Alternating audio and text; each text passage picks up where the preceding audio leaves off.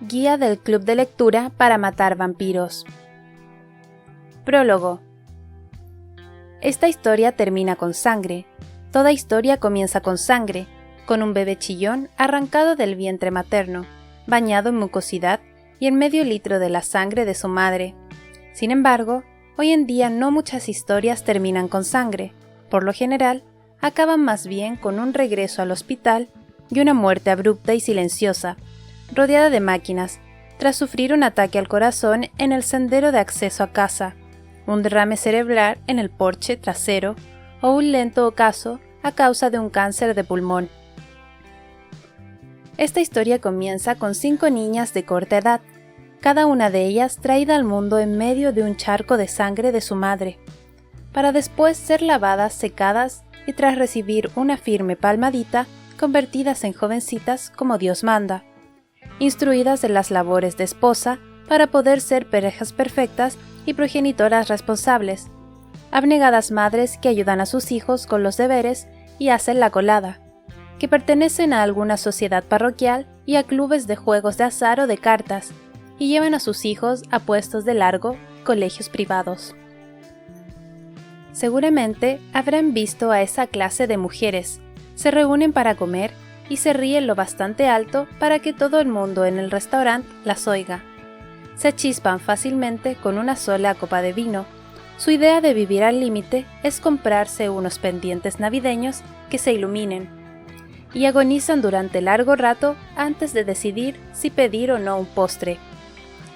Como respetables miembros de su comunidad, sus nombres aparecerán en el periódico solamente 3 veces a lo largo de su vida: al nacer, al contraer matrimonio y al morir. Son amas anfitrionas, generosas con los menos afortunados, que honran a sus esposos y dan de comer a sus hijos.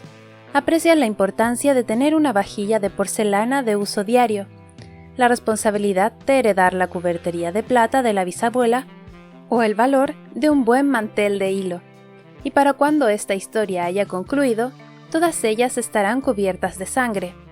Una parte será la suya propia y otra pertenecerá a gente ajena, pero en todo caso acabarán empapadas en ella, bañadas en ella, ahogadas en ella. Ama de casa, mujer o niña insustancial y de poca valía. Oxford English Dictionary. Edición compacta, 1971. Llanto por la tierra amada. Noviembre de 1988. Capítulo 1. En 1988, George H.W. Bush acababa de ganar las elecciones presidenciales por invitar a todo el mundo a que leyera sus labios y proclamar que no habría nuevos impuestos, mientras Michael Dukakis las perdía por montarse en un tanque. El Dr. Huxtable, Bill Cosby, era el padre de América. Kate y Ellie eran las madres, las chicas de oro, las abuelas. McDonald había anunciado que estaba a punto de abrir su primer restaurante en la Unión Soviética. Todo el mundo se compró el libro Historia del tiempo de Stephen Hawking, pero no lo leyó. El fantasma de la ópera se estrenó en Broadway y Patricia Campbell se preparó para morir. Se roció el pelo de laca, se puso los pendientes y se pintó los labios de carmín, pero cuando se miró en el espejo no vio a una ama de casa de 39 años con 2 hijos y un brillante futuro por delante. Vio a una persona muerta, a menos que estallara una guerra, desanegara los océanos o la tierra chocara con el sol. Esa noche se celebraría la reunión de la Liga Literaria de Mount Pleasant, sin que hubiera podido leer el libro del mes.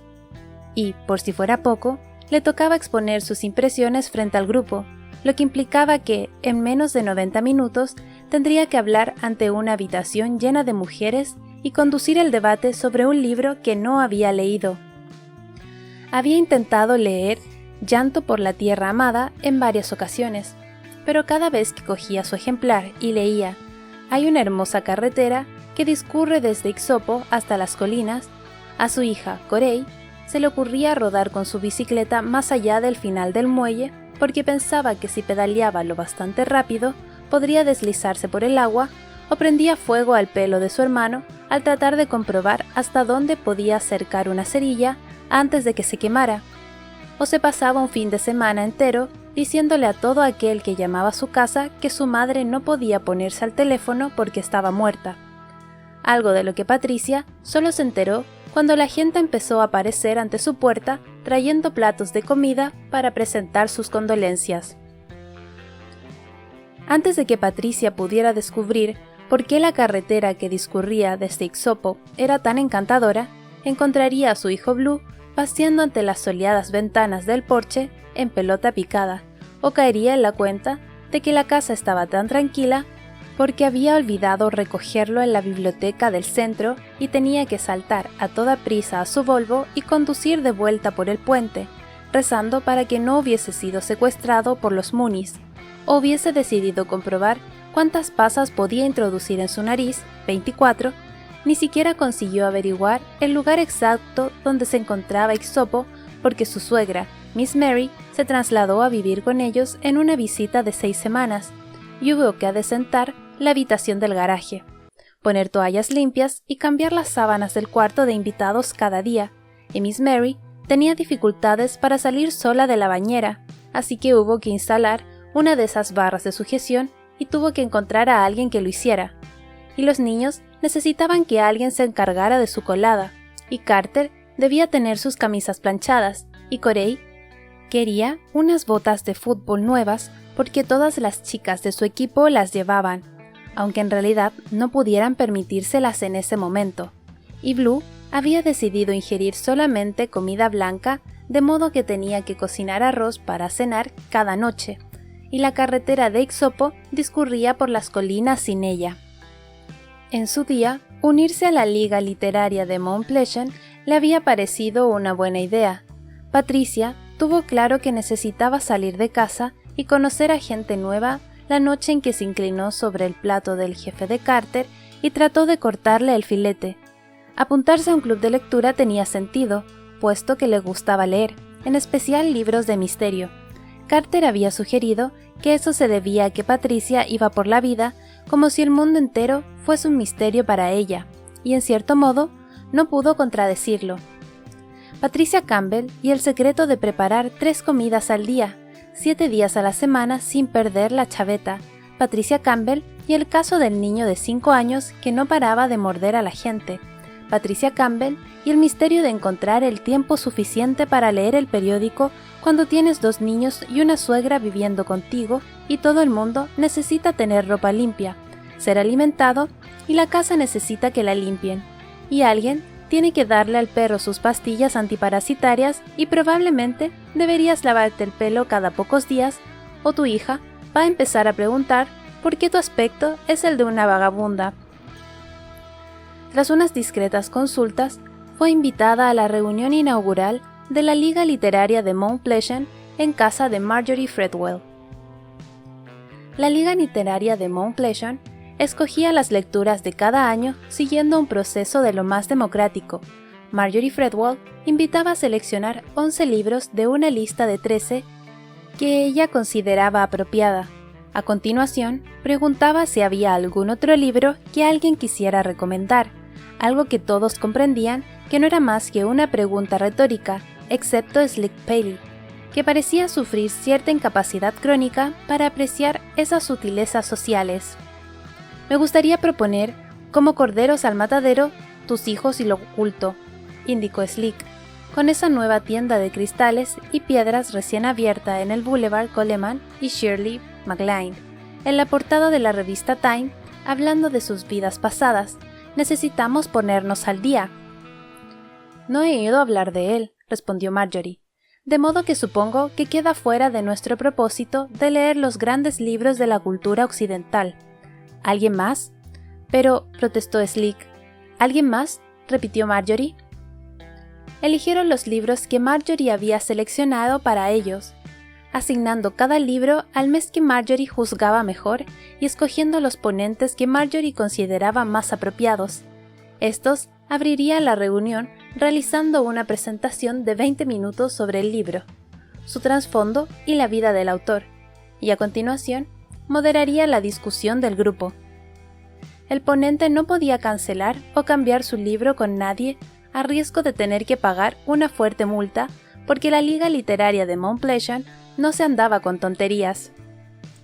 Cuando a Patricia le quedó claro que no iba a poder terminar Llanto por la Tierra Amada, llamó a Marjorie. «Marjorie», dijo al teléfono mientras tapaba la olla donde había cocido el arroz y apagaba el fuego. «Soy Patricia Campbell. Necesito hablar contigo sobre Llanto por la Tierra Amada». «¿Es un libro tan potente?», comentó Marjorie. «Por supuesto», coincidió Patricia. «Sé que le vas a hacer justicia», añadió Marjorie. «Haré todo lo que pueda», repuso, comprendiendo que eso era exactamente lo contrario a lo que pretendía decir. «Y resulta muy oportuno, teniendo en cuenta la situación que ahora mismo se vive en Sudáfrica», continuó Marjorie. Una fría descarga de miedo recorrió a Patricia de pies a cabeza. ¿Cuál era la situación actual en Sudáfrica? Después de colgar, Patricia se maldijo por haber sido tan cobarde y tan estúpida, y se prometió acudir a la biblioteca y buscar Llanto por la Tierra Amada en el Directorio de Literatura Mundial. Pero tuvo que preparar unos bocadillos para el equipo de fútbol de Cory, y la canguro enfermó de mononucleosis, y a Carter le surgió un repentino viaje a Columbia y tuvo que ayudarle a hacer la maleta, y entonces una culebra apareció en el cuarto de baño del garaje y tuvo que matarla con un rastrillo. Y Blue se bebió un bote de Tipex y hubo que llevarlo al médico para asegurarse de que no moriría. No lo haría. Intentó buscar el nombre de Alan Paton, el autor, en su enciclopedia mundial, pero justo les faltaba el volumen de la P, y tomó nota mental de que necesitaban renovar la enciclopedia. El timbre de la puerta sonó. «Mamá», llamó Cory desde el vestíbulo de la planta baja.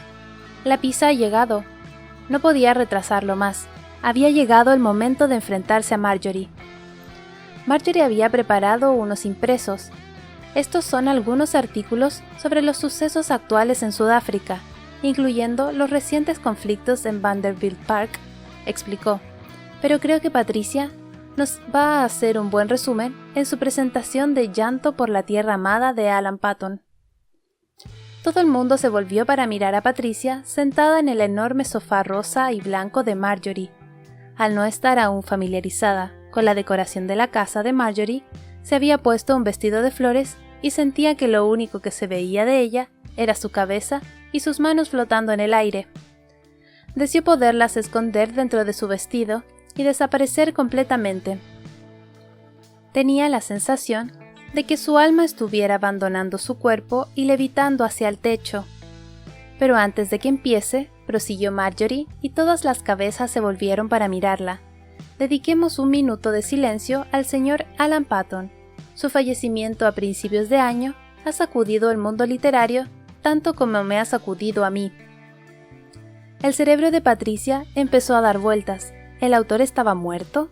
Recientemente, no había leído nada al respecto en el periódico. ¿Qué podía decir? ¿Cómo había muerto? ¿Acaso le habían asesinado? ¿Le habrían devorado unos perros salvajes? ¿Habría sufrido un ataque al corazón? Amén, dijo Marjorie. ¿Patricia? El espíritu de Patricia decidió que aquello era una estupidez y ascendió al más allá, dejándola a merced de las mujeres que la rodeaban. Allí estaba Grace Cavanaugh, que vivía a 2 puertas más allá de la casa de Patricia, pero con la que solo se había encontrado una vez cuando ésta llamó a su puerta y dijo: «Siento molestarte, pero llevas viviendo aquí 6 meses y necesito saberlo. ¿Es este el aspecto que va a tener siempre tu jardín?» Slick Pally parpadeó nerviosa, con el rostro astuto y afilado y los pequeños ojos clavados en Patricia y el bolígrafo listo sobre su cuaderno. Louis Gibbs se aclaró la garganta. Coffee Williams se sonó con suavidad con un Kleenex. Sadie Funch se inclinó hacia adelante y mordisqueó un palito de queso, con sus ojos talandrando a Patricia. La única persona que no la miraba era Kitty Scruggs, quien no apartaba la vista de la botella de vino en el centro de la mesa que nadie se había atrevido a abrir. «Bueno», empezó Patricia. «¿No les ha encantado a todas Llanto por la Tierra Amada?» Sid, Slick y Coffee asintieron.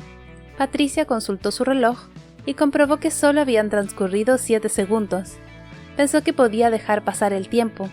Permitió que el silencio se prolongara, confiando en que alguien se animaría a decir algo, pero la larga pausa solo impulsó a Marjorie a repetir: ¿Patricia? Es tan triste que Alan Paton haya desaparecido en la flor de su vida, antes de poder escribir más novelas como Llanto por la tierra amada, observó Patricia, sintiendo cómo salía al paso, palabra a palabra, alentada por los asentimientos de las otras mujeres. Porque este libro contiene tantas reflexiones oportunas y relevantes, especialmente tras los terribles sucesos de Vanderbilt, Sudáfrica. Los asentimientos se hicieron más contundentes. Patricia sintió que su alma descendía de vuelta a su cuerpo. Continuó adelante. Quería contarles todos los detalles sobre la vida de Alan Paton, indicó, y las razones por las que escribió este libro, pero todos esos hechos no expresan lo poderosa que es esta historia, lo mucho que me ha conmovido o ese profundo grito de ultraje que sentí al leerlo. Este es un libro que se lee con el corazón, no con la mente. ¿Alguna de ustedes lo ha sentido así? Los asentimientos se generalizaron en todo el salón. Exactamente, aseguró Slick Pally. Sí. Siento una conexión tan fuerte con Sudáfrica, dijo Patricia, y entonces recordó que el marido de Mary Bracington trabajaba en la banca y que el marido de Joanne Wither hacía algo relacionado con la bolsa y que tal vez tuvieran inversiones allí. Pero sé que este tema tiene muchas caras. Me pregunto si alguna de ustedes querría presentar otro punto de vista. Siguiendo el espíritu del libro del Sr. Paton, esta debería ser una conversación, no un discurso. Todo el mundo estaba asintiendo. Su espíritu volvió a centrarse en su cuerpo. Lo había conseguido. Había sobrevivido. Marjorie se aclaró la garganta. «Patricia», preguntó Marjorie, «¿qué opinas sobre lo que dice el libro de Nelson Mandela?» «Es tan inspirador», contestó Patricia. «Simplemente lo domina todo, a pesar de que apenas se le menciona». «Yo no creo que lo sea», replicó Marjorie, y de pronto Slick Pally dejó de asentir. «¿Dónde has visto que se le mencione? ¿En qué página?» El espíritu de Patricia comenzó a ascender de nuevo hacia la luz. «Adiós», decía. «Adiós, Patricia, ahí te quedas». «¿En su espíritu de libertad?», tanteó. «Esa es la impresión que prevalece en cada página». «Cuando este libro se escribió», objetó Marjorie, «Nelson Mandela aún era un estudiante de Derecho y un miembro poco relevante del Congreso Nacional Africano. No estoy segura de cómo su espíritu podría estar en el libro y mucho menos prevalecer en cada página». Marjorie pareció atravesar el rostro de Patricia con una mirada tan afilada como un punzón de hielo. «Bueno», carraspeó Patricia, porque ahora estaba muerta y aparentemente la muerte era muy cruda. Todo en aquello en lo que se iba a convertir puede sentirse como está germinando, aquí, en este libro, que hemos leído. «Patricia», interrumpió Marjorie, «no has leído el libro, ¿verdad?» El tiempo se detuvo. Nadie se atrevió a moverse. Patricia tuvo ganas de mentir, pero la educación que había recibido la obligaba a comportarse como una señora. «Una parte solo», contestó. Marjorie dejó escapar un profundo suspiro que pareció alargarse en el tiempo. «¿Hasta dónde llegaste?», demandó. «La primera página», confesó Patricia, y entonces empezó a balbucear. «Lo siento, sé que te he fallado, pero mi canguro enfermó de mononucleosis y la madre de Carter ha venido a visitarnos, y una culebra apareció por el inodoro y las cosas se han complicado mucho este mes. Realmente no sé qué decir excepto que lo siento». La oscuridad invadió los bordes de su visión. Un agudo pitido comenzó a sonar en su oído derecho.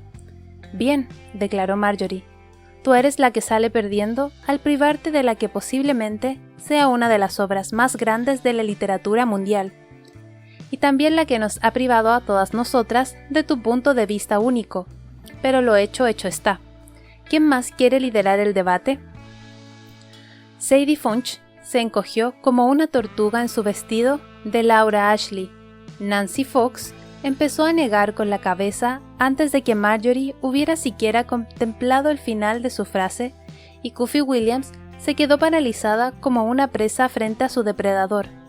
«¿Alguien ha leído el libro de este mes?», preguntó Marjorie. Silencio absoluto. «No puedo creerlo», exclamó Marjorie. «Todas estuvimos de acuerdo, hace 11 meses, él lee los grandes libros de la cultura occidental, y ahora, menos de un año después, me vienen con esto. Estoy profundamente decepcionada con todas ustedes. Pensé que querían ser mejores, exponerse a pensamientos e ideas más allá de Mount Pleasant. Los hombres siempre dicen, no es muy inteligente que una chica quiera ir de inteligente, y se ríen de nosotras y piensan que solo nos preocupamos por nuestro peinado. Los únicos libros que nos compran son libros de cocina, porque en sus mentes somos tontas, frívolas e ignorantes. Acaban de demostrar que tienen razón. Se detuvo para recuperar el aliento. Patricia advirtió unas gotitas de sudor brillando sobre sus cejas. Marjorie continuó. Les sugiero encarecidamente que se vayan a casa y piensen en si quieren unirse al grupo el mes que viene para leer Jude del Oscuro y... Grace Cavanagh se levantó, colgándose el bolso del hombro. ¿Grace?, preguntó Marjorie. ¿No te quedas? Acabo de recordar que tengo un compromiso, dijo Grace. Se me había olvidado totalmente. En ese caso, replicó Marjorie, cuyo momento había sido dilapidado, no te entretengo más. Ni lo intentes, contestó Grace. Y tras decir eso, la alta, elegante y prematuramente canosa Grace salió a toda prisa de la habitación. Privada de inercia, la reunión se disolvió. Marjorie se retiró a la cocina seguida de una consternada Sadie Funch. Un desanimado grupo de mujeres se demoró alrededor de la mesa de la sala chismorreando brevemente. Patricia permaneció en el sofá hasta que nadie le prestó atención y entonces se escabulló fuera de la casa. Mientras atravesaba el jardín delantero de Marjorie, oyó un ruido que sonó como «Oye». Se detuvo para buscar de dónde provenía. «Oye», repitió Kitty Scruggs. Kitty parecía estar al acecho tras la fila de coches aparcados en el sendero de entrada de Marjorie, con una nube de humo azul pendiendo sobre su cabeza y un largo y fino cigarrillo entre los dedos. A su lado, Mary Ellen, no sé cuántos también estaba fumando. Kitty hizo un gesto a Patricia con la mano. Patricia sabía que Mary Ellen era una yankee de Massachusetts que se dedicaba a decirle a todo el mundo que era feminista, y Kitty era una de esas mujeres grandotas que vestía la clase de ropa a la que la gente caritativamente califica como divertida. Jerseys holgados estampados con huellas dactilares multicolores o una chabacana bisutería de plástico. Patricia sospechaba que verse envuelta con esa clase de mujeres suponía el primer paso de una caída en picado que acabaría con ella llevando una diadema de fieltro con cuernos de reno en Navidad o bien plantada a las puertas de algún centro comercial pidiendo a la gente que firmara alguna petición. Así que se acercó a ellas un tanto reticente. «Me ha gustado lo que has dicho ahí dentro», dijo Kitty. «Debería haber encontrado tiempo para leer el libro», contestó Patricia. «¿Por qué?», replicó Kitty. «Era un tostón. Yo no fui capaz de llegar más allá del primer capítulo». «Tendré que escribirle a Marjorie una nota para disculparme», dijo Patricia. Mary Ellen entornó los ojos por el humo y dio una calada a su cigarrillo. «Marjorie ha recibido lo que merecía», comentó, exhalando. «Escucha». Kitty se colocó entre las dos mujeres y la puerta principal de la casa por si Marjorie las estaba observando y podía leerle los labios. «El mes que viene voy a invitar a algunas personas a mi casa a leer un libro y hablar de él. Mary Ellen también vendrá». «No creo que pueda encontrar tiempo para pertenecer a 2 clubs de lectura», replicó Patricia. «Confía en mí», contestó Kitty. «Después de lo de hoy, el club de Marjorie está acabado». «¿Qué libro van a leer?», preguntó Patricia, buscando alguna razón para poder rechazar la invitación. Kitty hurgó en su mochila vaquera y extrajo un ejemplar barato en rústica de los que venden en los supermercados. «Evidencia de amor, una historia real de pasión y muerte en los suburbios», dijo. Aquello pilló a Patricia desprevenida. Era uno de esos libros baratos sobre crímenes reales, pero resultaba evidente que Kitty lo estaba leyendo y no se puede llamar barato al gusto de alguien por los libros, aunque lo sea.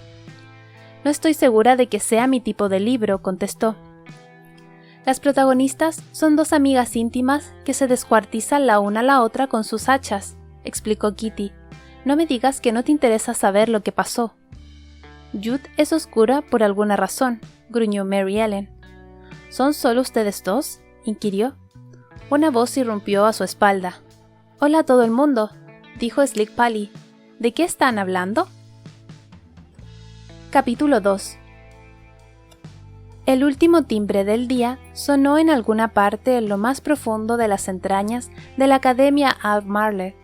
Las puertas dobles que daban a la calle se abrieron y vomitaron una caterva de niños cargando abultadas carteras y mochilas que encorvaban sus espaldas. Los chiquillos, doblados bajo el peso de cuadernos de 3 anillas y libros de ciencias sociales, caminaron renqueantes, como gnomos ancianos, hacia la zona de aparcamiento donde esperaban los coches. Patricia distinguió a Cory a lo lejos y tocó la bocina. Esta alzó la vista e inició un vacilante trote que hizo que el corazón de Patricia se encogiera. Su hija se deslizó en el asiento del pasajero y sostuvo la cartera con los libros sobre su regazo.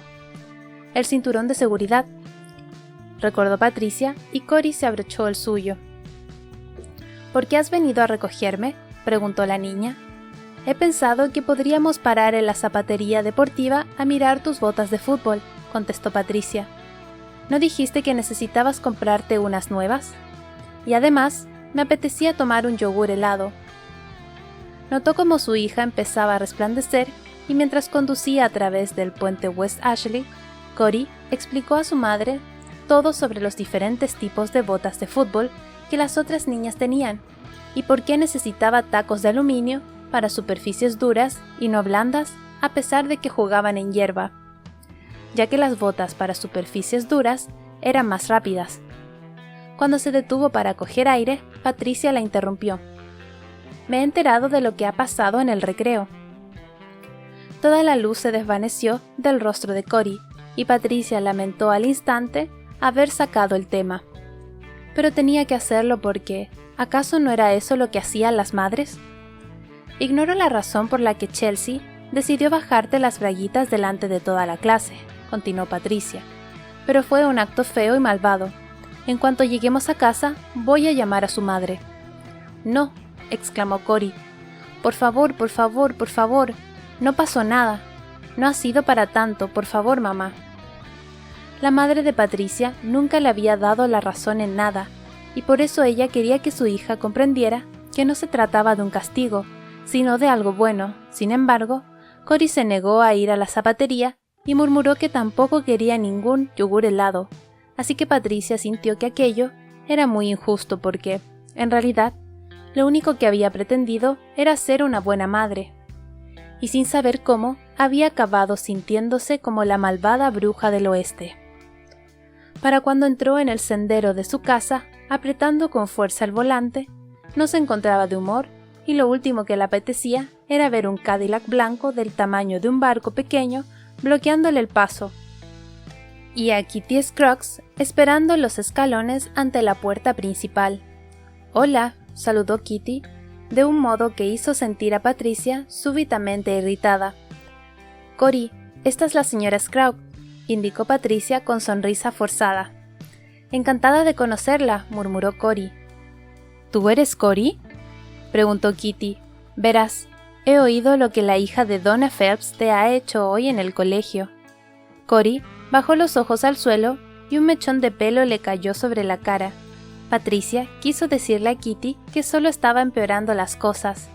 «La próxima vez que Chelsea Phelps te haga algo así», continuó Kitty, cogiendo carrerilla, «puedes gritar con todas tus fuerzas que Chelsea Phelps pasó una noche en casa de Mary Scruggs el mes pasado y se hizo pis en su saco de dormir, pero le echó la culpa al perro». Patricia no podía creerlo. Los padres no cuentan esas cosas sobre los hijos de los demás. Se volvió para decirle a Cory que no lo escuchara, pero vio que su hija estaba mirando a Kitty asombrada, con ojos redondos como platos y la boca abierta. «¿De verdad?», preguntó Cory. «También pedorrió en la mesa», añadió Kitty, y luego intentó acusar a mi hija de 4 años. Durante un largo y paralizante momento, Patricia no supo qué decir y entonces Cory estalló en carcajadas. Se rió tanto que tuvo que sentarse en los escalones y apoyarse en un costado, agarrándose la tripa hasta que le entró hipo. «Entra en casa y ve a saludar a la abuela», le dijo Patricia, sintiendo súbitamente agradecida a Kitty. ¿No son unas pildoritas monísimas a esta edad?, observó Kitty, mirando a Cory desaparecer por la puerta. Son peculiares, precisó Patricia. Son pildoritas, insistió Kitty, pequeñas y amargas píldoras que deberían ser guardadas en un bote y no abrirlo hasta que tuvieran 18 años. Toma, te he traído esto. Le tendió a Patricia un brillante y flamante ejemplar en rústica de evidencia de amor. Ya sé que piensas que es basura, comentó, pero tiene pasión, amor, odio, romance, violencia, excitación. Es como Thomas Hardy, solo que en rústica y con 8 páginas de fotos en medio. No sé, contestó Patricia, no tengo mucho tiempo, pero Kitty ya estaba dirigiéndose hacia su coche. Patricia decidió que ese misterio debería llamarse Patricia Campbell y su incapacidad para decir no.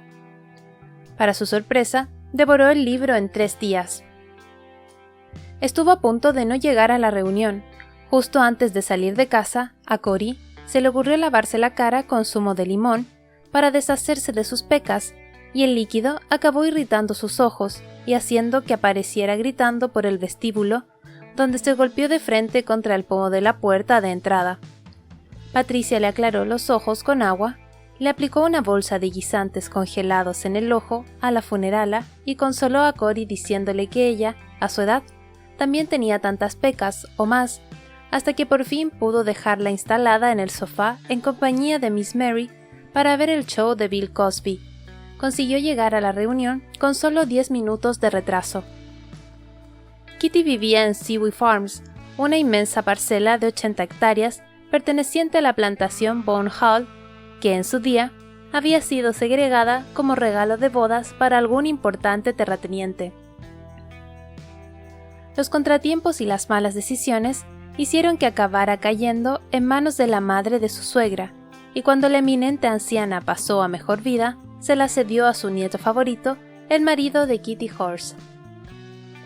Allí, en medio de ninguna parte, entre inundados campos de arroz y un tupido bosque de pinos, rodeada de destartalados cobertizos habitados únicamente por serpientes, se alzaba una horrible y fea casa pintada en color marrón chocolate, circundada por ruidosos porches y putrefactas columnas, con mapaches en el ático y zarigüeyas en los muros. Era exactamente la clase de mansión conservada en un estado de graciosa decadencia que, a juicio de Patricia, poseían las mejores familias de Charleston. Se detuvo frente a las enormes puertas dobles del desvencijado porche principal y apretó el timbre, pero nada sucedió. Lo intentó de nuevo. «Patricia», llamó Kitty. Patricia se volvió y luego alzó la vista. Kitty estaba asomada a una ventana del segundo piso. «Da la vuelta por el lateral», le indicó Kitty a gritos.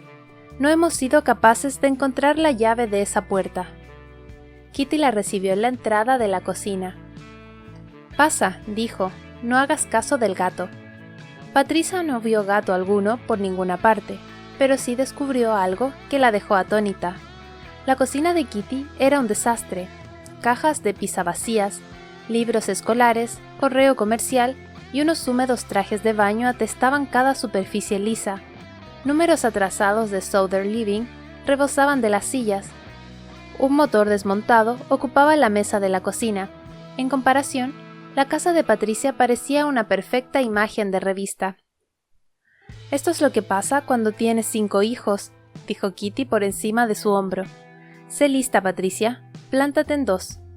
El vestíbulo principal parecía salido de lo que el viento se llevó, excepto porque su empinada escalera y el suelo de roble estaban enterrados bajo una luz de fundas de violín, calcetines de gimnasia hechos una bola, ardillas disecadas, discos voladores fluorescentes, fajos de multas de aparcamiento, atriles plegables de partituras, balones de fútbol, palos de lacrosse, un paragüero lleno de bates de béisbol y un árbol de caucho seco, de 1,5 metros de alto, plantado en una maceta fabricada con la pata amputada de un elefante.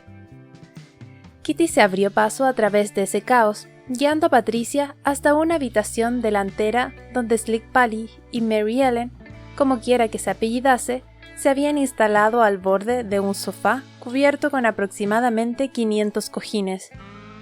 Justo enfrente, Grace Kavanaugh estaba sentada muy erguida sobre una banqueta de piano. Patricia no vio el piano por ninguna parte. «Muy bien», dijo Kitty, sirviendo un poco de vino de una jarra. «Hablemos del asesinato con hacha». «¿No deberíamos pensar primero en poner un nombre al grupo?», preguntó Slick, «y seleccionar los libros para este año». «Esto no es un club de lectura», contestó Grace. «¿Qué quieres decir con que esto no es un club de lectura?», preguntó Mary Ellen. «Simplemente nos hemos reunido para hablar sobre un libro en rústica que hemos leído», explicó Grace. «No es como si fuera un libro de verdad». «Como tú quieras, Grace», contestó Kitty, entregando a cada una su taza de vino correspondiente. «En esta casa viven 5 niños, y aún me quedan 8 años antes de que el mayor se mude. Si no consigo tener un poco de conversación adulta esta noche, voy a volarme los sesos». «¿A mí me lo vas a decir?», dijo Marilyn. «3 chicas de 7, 5 y 4 años». «4 años es una edad encantadora», gorjeó Slick. «¿Lo es?», preguntó Mary Ellen entornando los ojos. «Entonces, ¿somos un club de lectura o no?», preguntó Patricia, a quien le gustaba tener las cosas claras.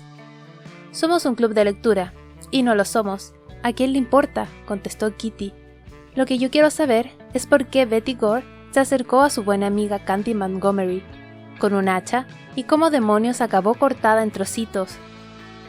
Patricia miró a su alrededor para saber lo que las otras mujeres pensaban. Mary Ellen con sus vaqueros azules de tintorería, su pelo recogido en un coletero y su ronca voz con acento yanqui, la pequeña Slick con su mirada de ratita ansiosa, dientes afilados y ojos brillantes. Kitty, con blusa vaquera de lentejuelas, doradas en forma de notas musicales esparcidas por la parte delantera, que sorbía haciendo ruido de su taza de vino, con el cabello revuelto como un oso recién salido de su hibernación, y finalmente Grace, con su blusa con cuello de lazo, sentada muy erguida, las manos perfectamente plegadas en el regazo, los ojos parpadeando con lentitud desde detrás de la enorme montura de sus gafas, estudiándolas a todas como una lechuza. Esas mujeres eran muy diferentes a ella. Patricia no pertenecía a ese lugar. «Yo creo», empezó Grace a decir, y todas se sentaron más erguidas, «que eso demuestra una increíble falta de planificación por parte de Betty. Si vas a asesinar a tu mejor amiga con un hacha, tienes que asegurarte de saber bien lo que estás haciendo».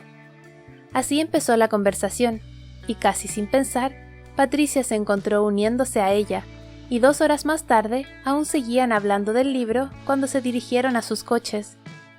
El mes siguiente leyeron Los asesinatos de Michigan, la verdadera historia del reinado del terror del destripador de Ypsilanti, y luego Muerte en Canaán, el clásico caso del bien y el mal en una pequeña ciudad de Nueva Inglaterra, seguido por Sangre Amarga, una historia real de orgullo, locura y asesinato múltiple de una familia sureña.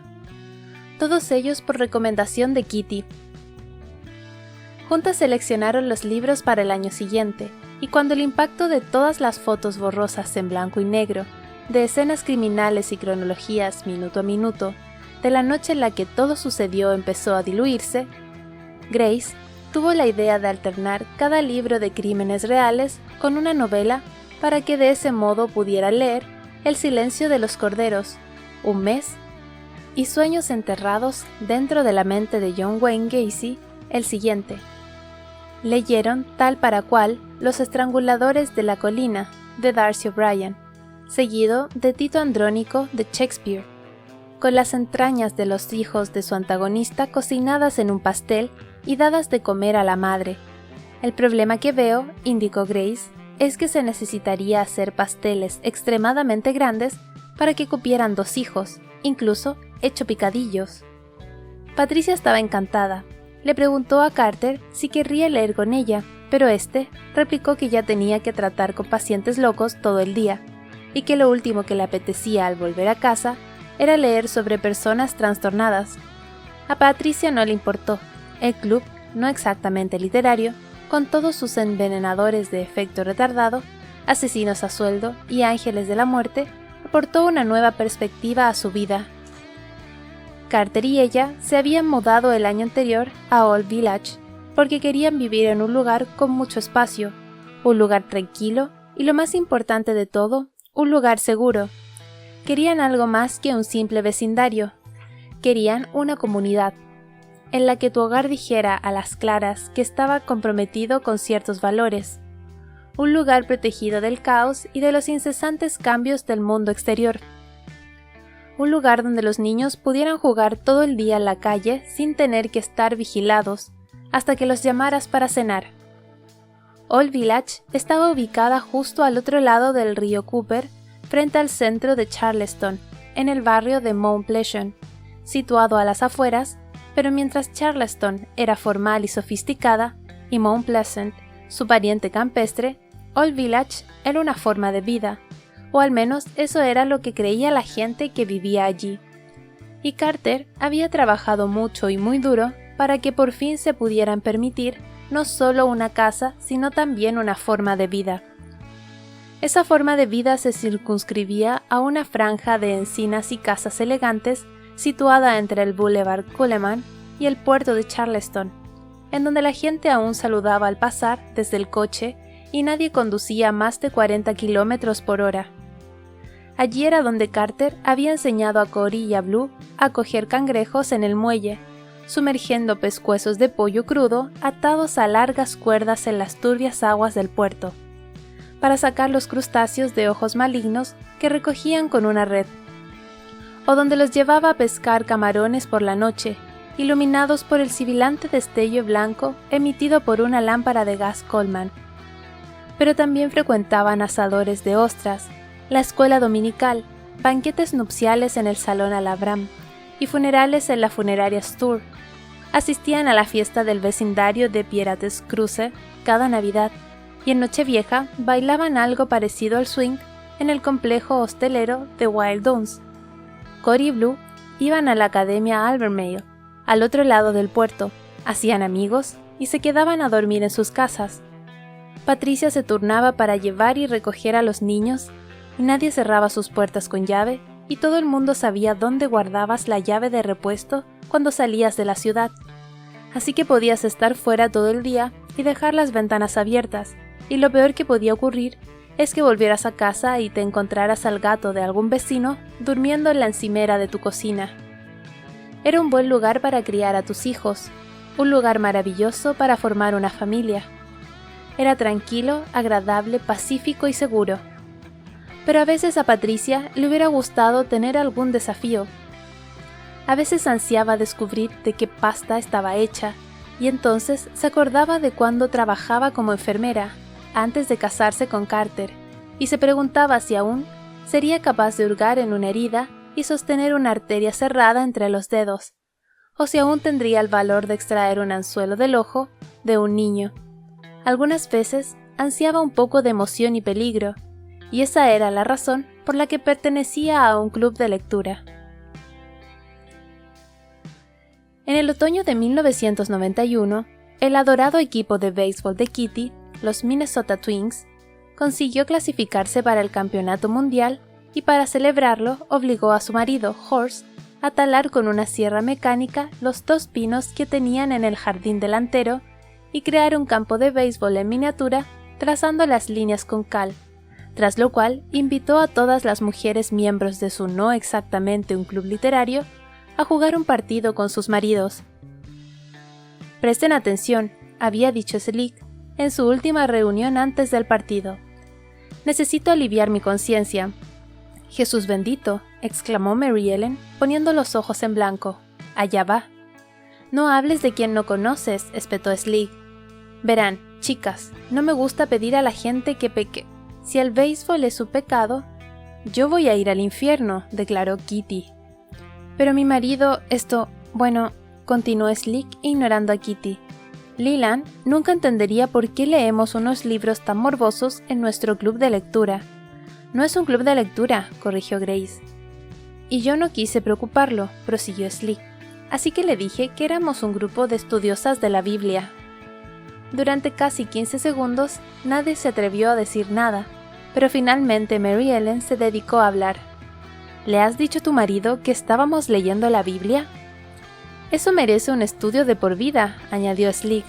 El silencio se extendió mientras se miraban las unas a las otras, con expresión incrédula, y entonces todas irrumpieron en carcajadas. Lo digo en serio, chicas, protestó Slick.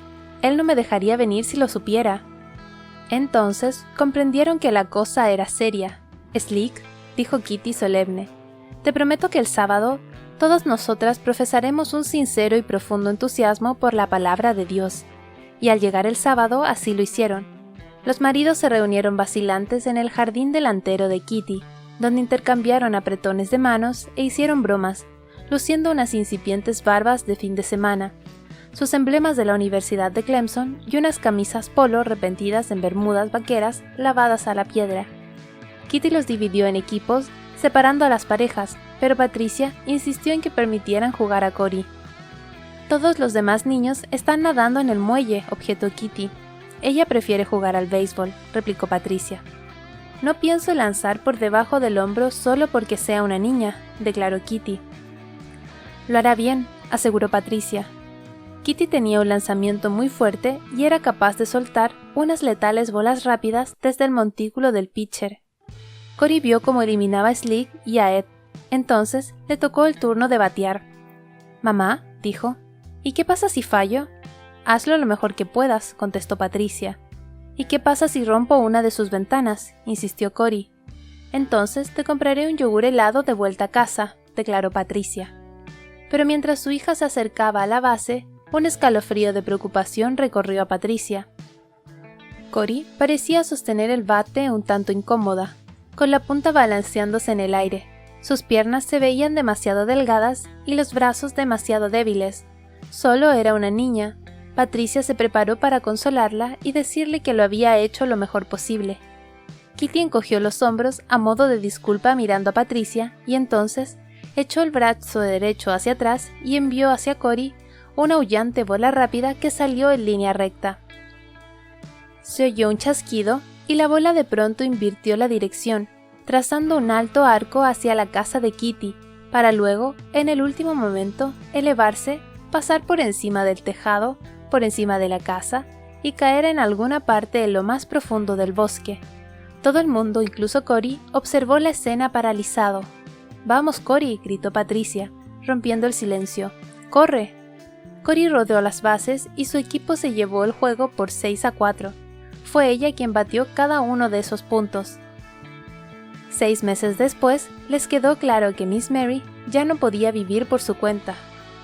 Carter y sus 2 hermanos mayores acordaron tener a su madre por turnos de 4 meses, y Carter, al ser el más pequeño, pidió ser el primero. Sin embargo, su hermano Sandy les llamó el día antes de la fecha en que se suponía debía ir a recogerla. «Los niños son demasiado pequeños para estar alrededor de mamá si se desorienta», alegó. «Queremos que la recuerden tal y como solía ser». Carter entonces habló con su hermano mayor, pero Bobby replicó: «No creo que mamá se encontrara cómoda viviendo en Virginia. Aquí hace demasiado frío». Intercambiaron duras palabras y después Carter, sentado a los pies de su cama, presionó con fuerza el botón de su teléfono móvil para colgarlo, y permaneció así largo rato antes de declarar: «Mi madre se queda».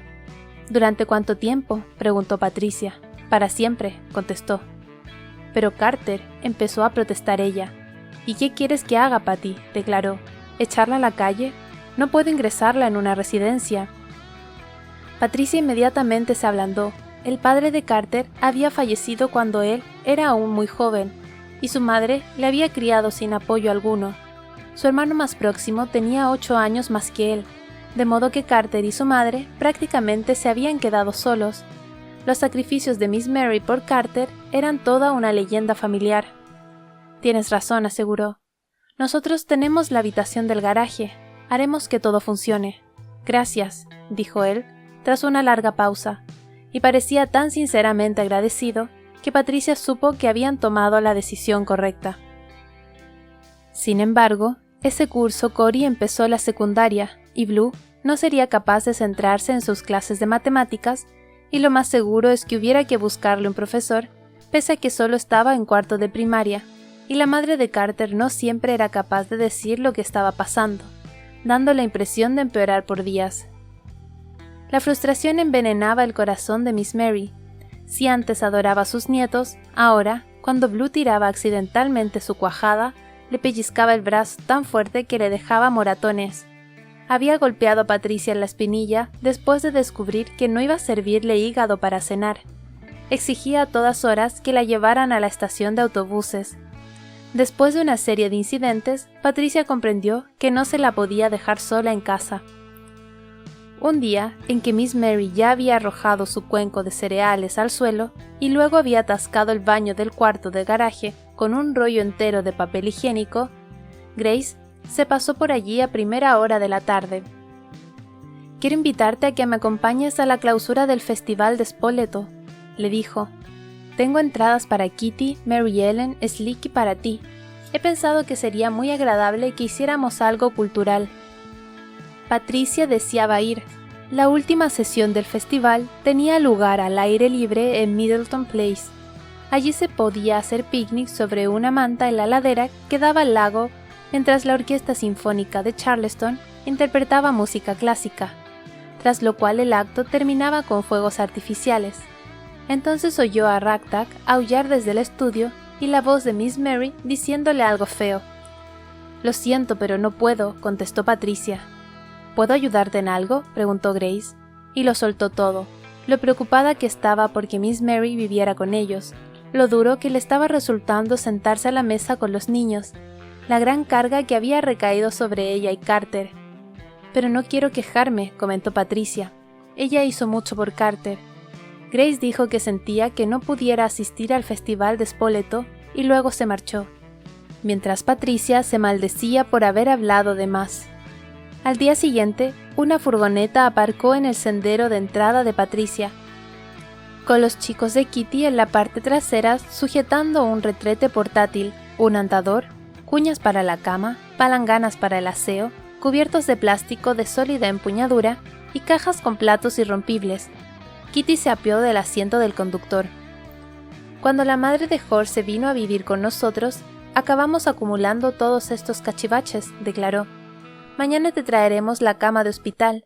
Solo necesito reunir a algunos colegas para que me ayuden a transportarla». Patricia comprendió que Grace debía de haber hablado con Kitty exponiéndole la situación. Antes de que pudiera llamarla para darle las gracias, el timbre de la puerta volvió a sonar.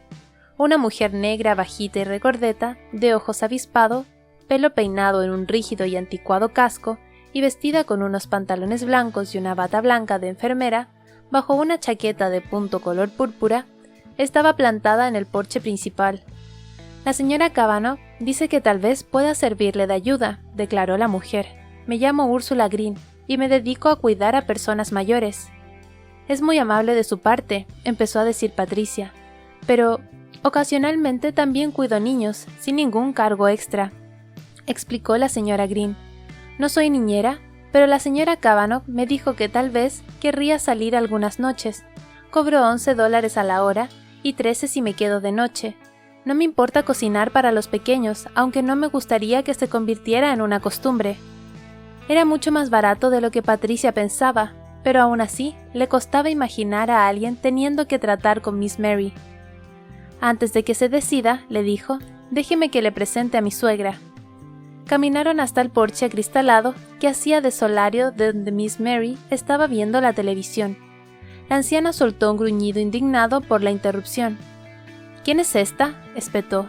«Esta es la señora Green», indicó Patricia. «Señora Green, me gustaría presentarle». «¿Qué está haciendo aquí?», increpó Miss Mary. «He venido a peinarla y hacerle las uñas», respondió la señora Green, «y después le prepararé algo de comer». «¿Y por qué no puede hacerlo esta?», replicó Miss Mary señalando con un dedo nudoso a Patricia. «Porque usted está acabando con sus nervios», declaró la señora Green, «y si ésta no se toma un respiro, es capaz de tirarla del tejado». Miss Mary lo consideró un momento y luego dijo: «Nadie va a tirarme del tejado. Siga comportándose así y tal vez yo le ayude a hacerlo», replicó la señora Green. 3 semanas más tarde, Patricia estaba sentada sobre una manta verde en Middleton Place, escuchando a la Orquesta Sinfónica de Charleston interpretar la música para los reales fuegos de artificio de Handel. Sobre sus cabezas, los primeros fuegos artificiales empezaron a desplegarse hasta llenar el cielo y formar una figura que recordaba a un luminoso diente de león verde. Los fuegos artificiales siempre habían emocionado a Patricia. Se requería mucho tiempo y esfuerzo para hacer que explotaran de la forma correcta. Se apagaban rápidamente y solo podían ser disfrutados por unas pocas personas. Bajo el resplandor de los fuegos, observó a las mujeres sentadas a su alrededor. Grace, en una silla de jardín, con los ojos cerrados, escuchando la música. Kitty, dormida boca arriba, con un vaso de plástico con vino peligrosamente inclinado en una mano.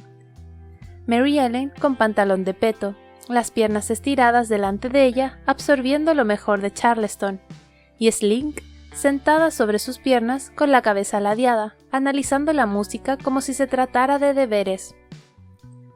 Patricia se dio cuenta de que, durante 4 años, estas habían sido las mujeres a las que había visto todos los meses, había hablado con ellas sobre su matrimonio y sus hijos, se había sentido frustrada con ellas, había discutido con ellas y en un momento dado las había visto llorar, y en algún punto del camino, entre todos esos estudiantes masacrados y todos los impactantes secretos de una pequeña ciudad, y niños perdidos, y relatos reales de los casos que cambiaron América para siempre, había aprendido 2 cosas, que todas estaban juntas en esto, y que si alguno de sus maridos alguna vez decidía contratar un seguro de vida por ellas, se meterían en un buen lío.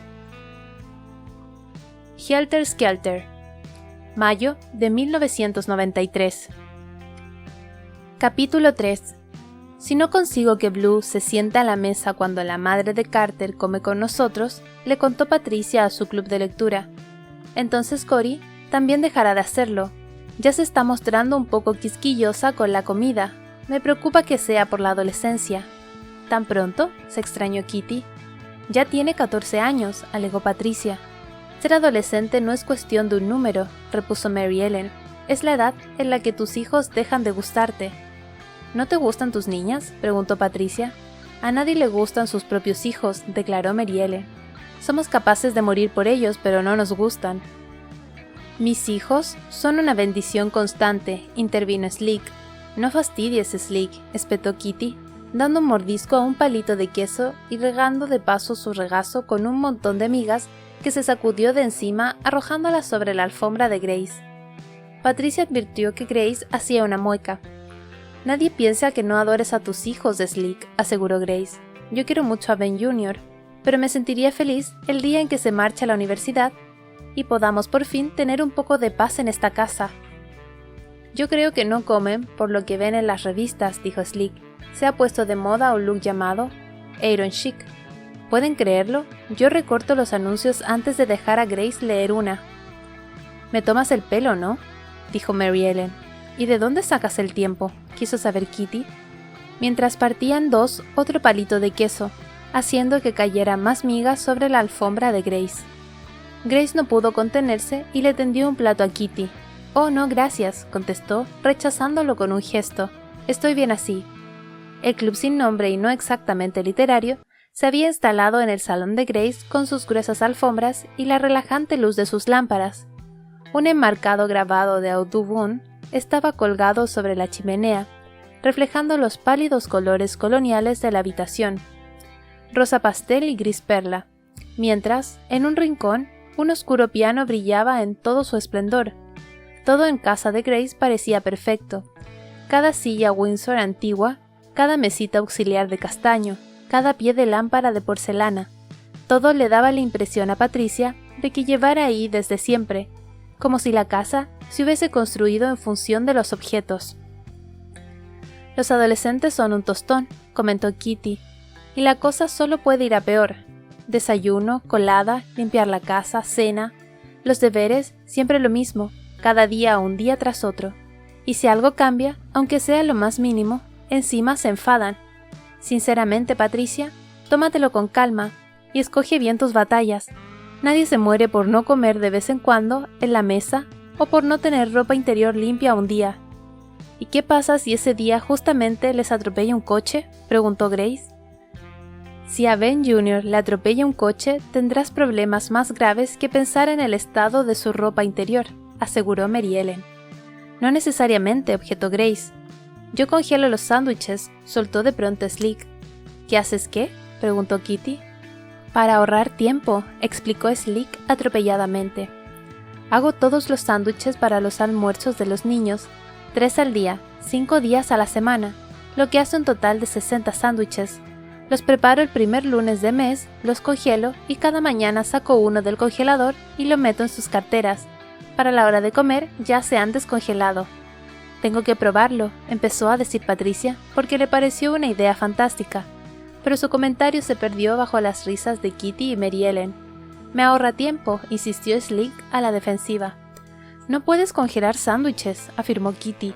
¿Y qué pasa con el relleno? Hasta ahora no se han quejado, aseguró Slick. Porque no se los comen, dijo Mary Ellen, o bien los tiran a la basura, o se los cambian a los más pardillos de clase. Te apuesto lo que quieras a que no se han comido un solo sándwich de tus descongelados especiales. A mis hijos les encantan mis sándwiches, replicó Slick. Ellos no me mentirían en algo así. ¿Son nuevos esos pendientes, Patricia?, preguntó Grace, pasando a otra cosa. Así es, contestó Patricia, girando la cabeza para que les diera la luz. ¿Y cuánto te han costado?, preguntó Slick. Patricia advirtió cómo todas se encogían ligeramente. La única cosa más vulgar que presumir sobre tu religión era hablar de dinero. Me los ha regalado Carter por mi cumpleaños, contestó Patricia. Parecen muy caros, advirtió Slick, inclinándose. Me encantaría saber dónde los compró. Por lo general, cuando llegaba su cumpleaños, Carter le traía lo primero que encontraba en la tienda, pero este año la había obsequiado con esas bonitas perlas. Patricia se las había puesto esa noche porque estaba orgullosa de haber recibido por fin un regalo bueno. Sin embargo, ahora le preocupó haber llamado demasiado la atención, de modo que cambió de tema. ¿Has tenido problemas con las ratas de pantano?, le preguntó Grace.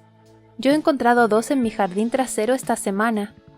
Bennett lleva siempre consigo su escopeta de perdigones cada vez que sale, y yo procuro no entrometerme, contestó Grace.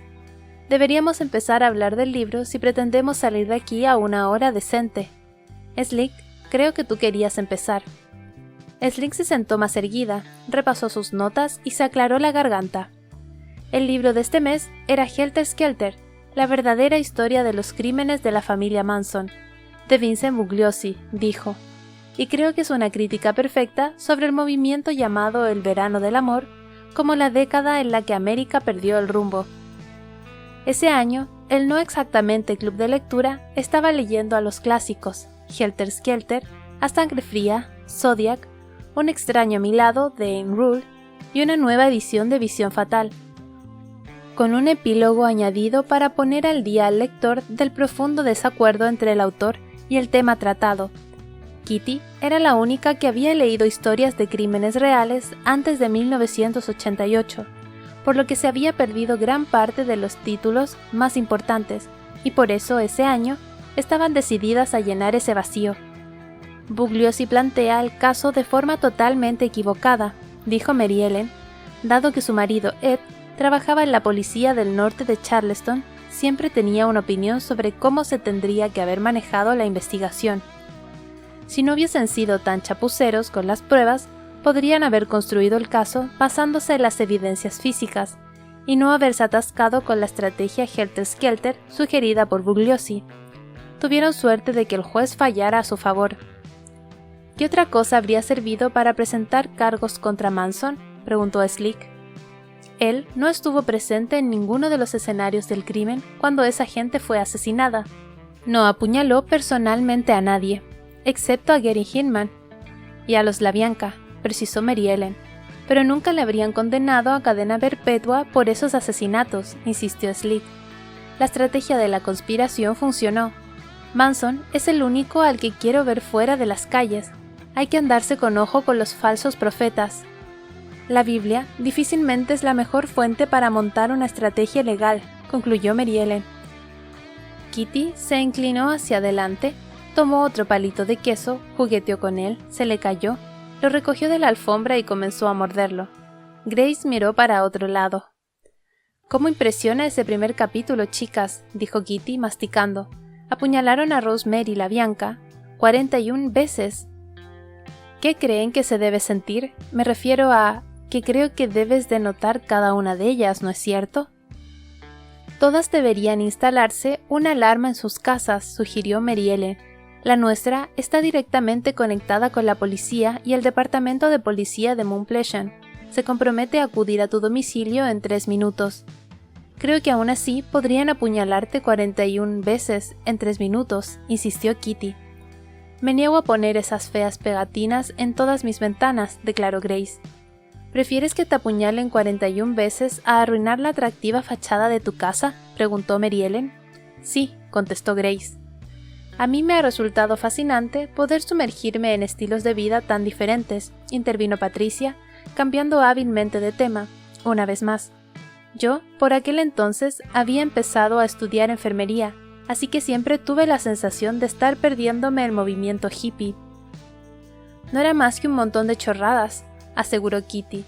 «Yo estaba en la universidad en 1969, y pueden creerme, el verano del amor pasó completamente de largo por Carolina del Sur. Todo ese amor libre solo emergió en California. Mi verano del amor consistió en trabajar como una mula en el laboratorio de especímenes vivos en Princeton», dijo Mary Ellen. «Algunas de nosotras teníamos que costearnos la estancia a la universidad, muchas gracias. Lo que yo recuerdo de los años 60 es a gente comportándose de forma muy desagradable con Doug Mitchell, cuando regresó a casa después de la guerra», comentó Slick. «Intentó estudiar en Princeton gracias al programa de becas para soldados, pero todo el mundo se dedicó a escupirle y a preguntar a cuántos bebés había asesinado, así que tuvo que regresar a Due West y trabajar en la ferretería de su padre. Quería ser ingeniero, pero los hippies no se lo permitieron».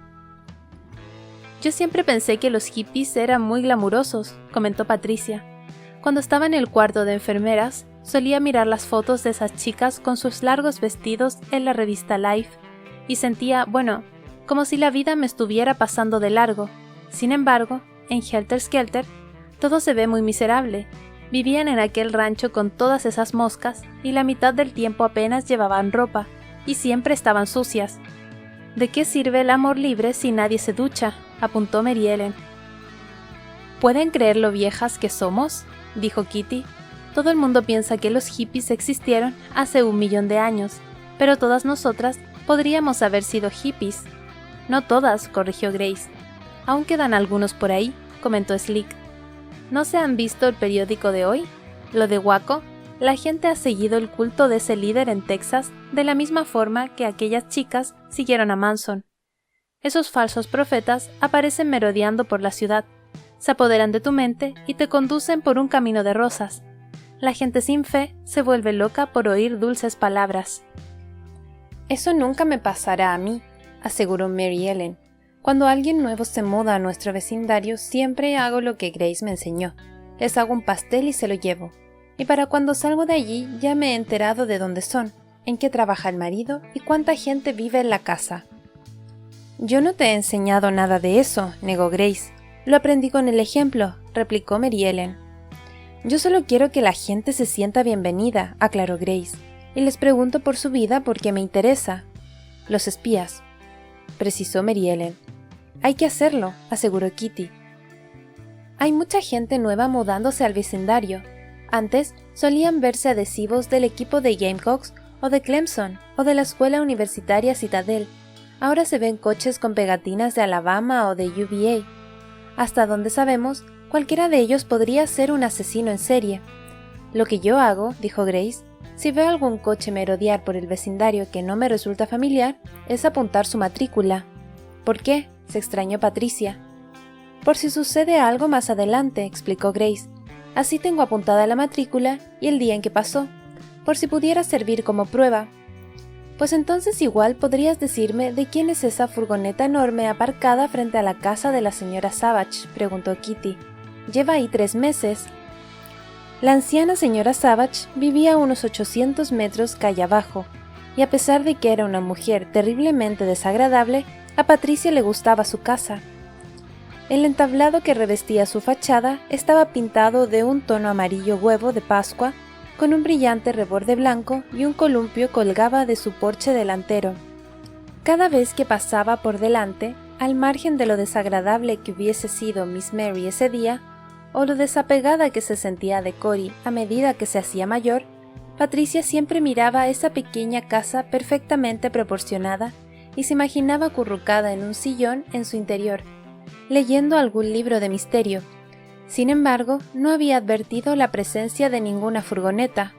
¿Qué furgoneta?, preguntó. «Una furgoneta blanca con los cristales tintados», respondió Mary Ellen. «Un vehículo que por su aspecto podría ser muy propio de un ladrón de niños». «Yo me di cuenta de su presencia gracias a Ragtag», dijo Grace. «La adora». «¿Cómo?», se horrorizó Patricia, abrumada por la sensación de que uno de sus defectos estaba a punto de salir a la luz. «Anoche estaba haciendo sus necesidades en el jardín delantero de la señora Savage cuando pasé por delante», declaró Kitty, y empezó a reírse. «Suele husmear en sus cubos de basura», reveló Grace. «Lo ha hecho más de una vez. Yo le he visto levantar la pata en las ruedas de la furgoneta en varias ocasiones», añadió Mary Ellen. «Eso cuando no está durmiendo debajo de ella». Todo el mundo rompió a reír, y Patricia sintió una oleada de calor trepar por su cuello. «Chicas, esto no tiene gracia», dijo. «Deberías atar a Ragtag con una correa», aconsejó Slick. «Pero antes no hacía falta», replicó Patricia. «Nadie en Old Village tiene los perros atados». «Estamos en los 90», repuso Mary Ellen. «Hoy en día, la gente te denuncia si tu perro les ladra demasiado. Los Van Dorsten tuvieron que sacrificar a Lady porque le ladró a aquel juez». «Old Village está cambiando, Patricia», dijo Grace. «Conozco al menos a 3 animales por los que Anne Savage ha llamado a la perrera». «Atar a Ragtag me parece...» Buscó la palabra adecuada. «Cruel. Está acostumbrado a andar suelto». «La furgoneta pertenece a un sobrino», explicó Grace. «Al parecer Anne está demasiado enferma para levantarse de la cama, y la familia lo ha enviado para que cuide de ella». «Claro que sí», se burló Mary Ellen. «¿Qué le llevaste? ¿Pastel de nueces? ¿Tarta de limón?» Grace no se dignó a contestar. «¿Crees que debería acercarme hasta allí para disculparme por lo de Ragtag?», inquirió Patricia. Kitty tomó otro palito de queso y lo partió por la mitad. «No te apures», declaró. «Si Anne Savage tiene un problema, acudirá a ti».